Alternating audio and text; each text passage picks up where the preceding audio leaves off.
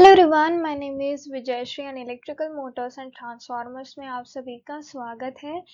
तो आज जो है हमें कंटिन्यू करना है हमारे पावर ट्रांसफार्मर को।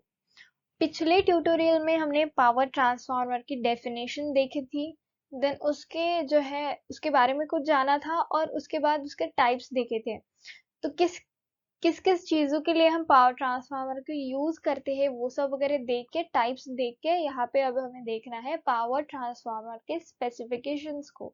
देन उसके बाद हम पढ़ेंगे पावर ट्रांसफार्मर के एप्लीकेशंस को। तो यहाँ पे फिर हमारा पावर ट्रांसफार्मर का जो टॉपिक है वो खत्म हो जाएगा। ओके, तो अगर स्पेसिफिकेशंस की बात करें तो मैंने आपको बताया था कि रेटेड वोल्टेज, रेटेड पावर, ये सारी चीजें हमें पढ़नी है। सबसे पहले फिर हम शुरू करते हैं रेटेड वोल्टेज से। ओके, रेटेड वोल्टेज से। So, this is the nominal voltage that the transformer is designed to operate at. तो ये वो वोल्टेज है जिस पे हमारा जो ट्रांसफार्मर है काम करता है, यानी कि ऑपरेट होता है। ये वो नॉमिनल वोल्टेज है जिस पे हमारा ट्रांसफार्मर ऑपरेट होता है। सो it is usually expressed in kilo volts और वोल्ट्स। तो इसकी जो रेटिंग होती है, ओके, वो क्या होती है? किलो वोल्ट में या तो केवी में होती है या फिर वोल्ट्स में होती है। देन नेक्स्ट है हमारा रेटेड पावर। तो रेटेड पावर क्या है? Rated power, so this is the maximum apparent power that the transformer can deliver at its rated voltage and frequency. तो ट्रांसफार्मर जो है वो डिलीवर करता है, ओके, उसका मैक्सिमम एपरेंट पावर किस पे? उस रेटेड वोल्टेज एंड फ्रीक्वेंसी पे, यानी कि इस रेटेड वोल्टेज और जो फ्रीक्वेंसी है हमारी, उस पे जो मैक्सिमम एपरेंट पावर होता है,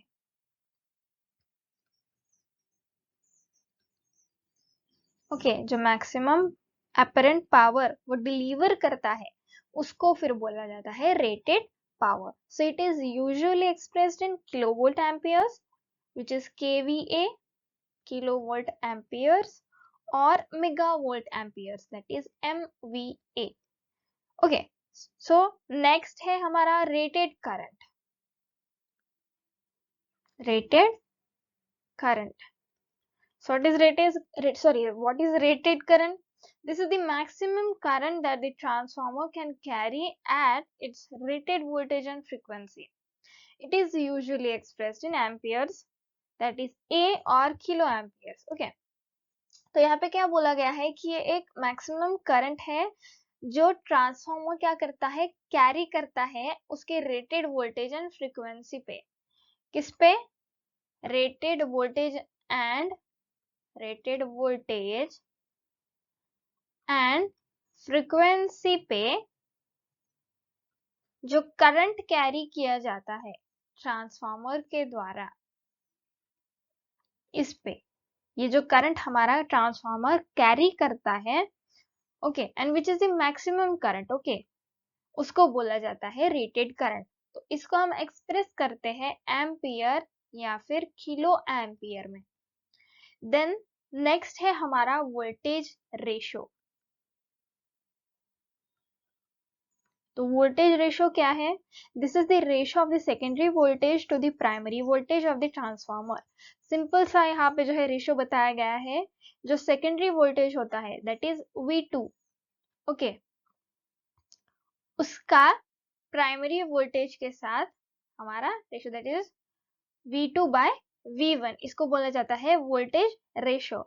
it indicates how much the transformer step up or step down the voltage। तो इससे हमें पता चलता है कि हमारा ट्रांसफार्मर कितना स्टेप अप कर रहा है, कितना स्टेप डाउन करता है। देन हमारा नेक्स्ट रेशो है टर्न्स रेशो। तो अब हमें देखना है टर्न्स रेशो के बारे में। Turns ratio, so what is turns ratio? This is the ratio of the number of turns in the secondary winding to the number of turns in the primary winding of the transformer. Simple definition है बिल्कुल हमारे voltage ratio की तरह कि जो हमारे secondary winding के turns होते हैं उसका रेशो है हमारे प्राइमरी वाइंडिंग के टर्न्स के साथ. Okay, so it is related to the voltage ratio by the equation. यहाँ पे इक्वेशन बताया गया है कि किस इक्वेशन से जो है ये हमारे वोल्टेज रेशो के साथ जो है कनेक्टेड है या फिर रिलेटेड है. तो V2 by V1 is our voltage ratio is equals to N2 by N1. Okay, या फिर हम इसको जो है V2 को Vs भी लिख सकते हैं यानी कि सेकेंडरी का वोल्टेज, और Vp को हम जो है प्राइमरी का वोल्टेज कह के लिख सकते हैं. तो सेकेंडरी के टर्न्स जो होते हैं तो उसको हम ns करके लिख सकते हैं, और हमारे जो प्राइमरी के टर्न्स है उसको हम np करके लिख सकते हैं. ओके, तो इस तरीके से जो है हमारा वोल्टेज रेशो टर्न्स रेशो का रिलेशन आता है. यानी कि जो हमारा टर्न्स रेशो और वोल्टेज रेशो हमें सिंपल है, ये जो है याद रखना कि V2 by V1 N2 by V1, that is और V2 by V1 इज और voltage ratio and N2 by N1 is हमारा turns ratio. Okay, then where Vs and Vp are the secondary and primary voltages and Ns and the Np are the secondary and primary turns. Okay, उसके बाद यहाँ पे हमें इसका impedance देखना है. Okay, impedance क्या है? This is the opposition to the flow of the current in the transformer.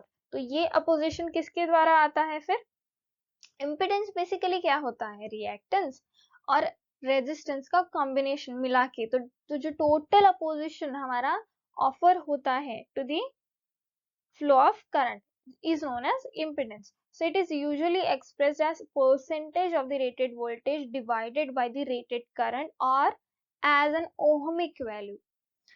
क्या बोला गया है कि ये यूजुअली कैसे एक्सप्रेस किया जाता है? As percentage of rated voltage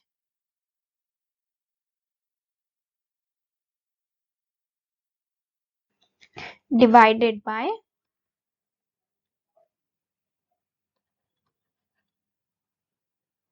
the rated current or as an ohmic value. Okay, ये हो गया हमारा इम्पिडेंस. देन इफिशियंसी का डेफिनेशन जो है सिंपल है बहुत. Okay, this is the ratio of the output power to the input power. ये सबको पता है. Okay, output power divided by input power.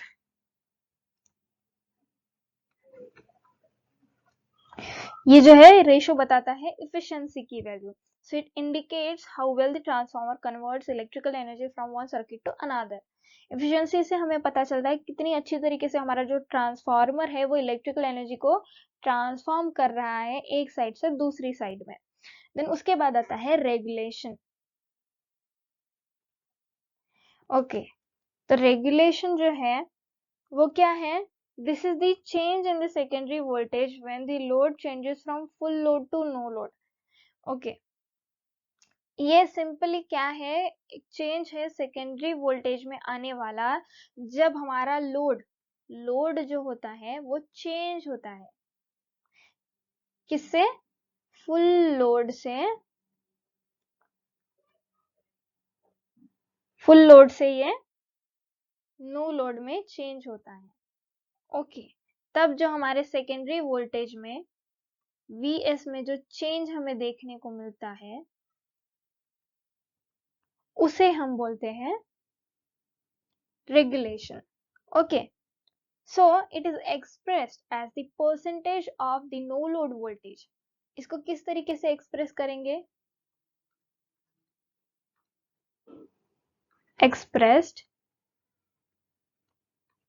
as percentage of the no load voltage, percentage of no load voltage. Okay, so it indicates how well the transformer maintains a constant output voltage. तो constant output voltage जो है कितनी अच्छी तरीके से हमारा transformer जो है मेंटेन कर सकता है, वो ये रेगुलेशन हमें बताता है। इसके बाद जो है हमें देखने हैं एप्लीकेशंस। ओके, ट्रांसफार्मर के एप्लीकेशंस। तो एप्लीकेशंस कौन से हो सकते हैं? हम पावर जनरेशन के लिए इसको यूज कर सकते हैं, पावर ट्रांसफार्मर को। ओके, उसके बाद पावर ट्रांसमिशन के लिए,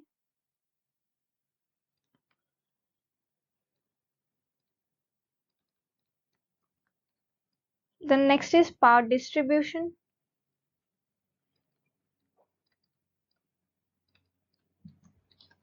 then power generation, sorry generation का तो पॉइंट यहाँ पे हो गया। Okay, then next is audio systems.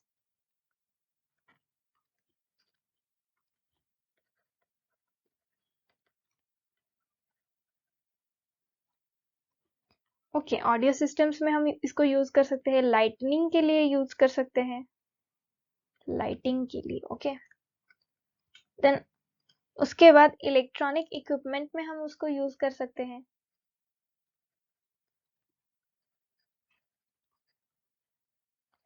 तो ये सारे जो है एप्लीकेशन है हमारे पावर ट्रांसफार्मर के। आई थिंक मैंने जो है पिछले ट्यूटोरियल में इसकी लिस्ट आपको ऐसे ही बता दी थी। मैंने यहाँ पे अभी इस ट्यूटोरियल में जो है लिख के आपको लिस्ट बता दी है। ओके, तो जनरेशन के लिए यूज कर सकते हैं, ट्रांसमिशन के लिए, डिस्ट्रीब्यूशन के लिए, ऑडियो सिस्टम्स में, लाइटिंग के लिए, इलेक्ट्रॉनिक इक्विपमेंट्स में जो है हम उसको यूज कर सकते हैं। So there are various applications of power transformer. Okay, तो ये यहाँ पे हमारा पावर ट्रांसफार्मर का टॉपिक जो है खत्म होता है। अब इसके बाद हमें पढ़ना है construction and cooling next tutorial में। तो आई होप आपको ये वीडियो पसंद आया होगा। अगर वीडियो पसंद आया तो प्लीज वीडियो को लाइक कर दीजिए, चैनल को सब्सक्राइब कर दीजिए और बेल नोटिफिकेशन को प्रेस करना ना भूले ताकि इस तरीके की वीडियोस की रेगुलर नोटिफिकेशन आपको मिलती रहे।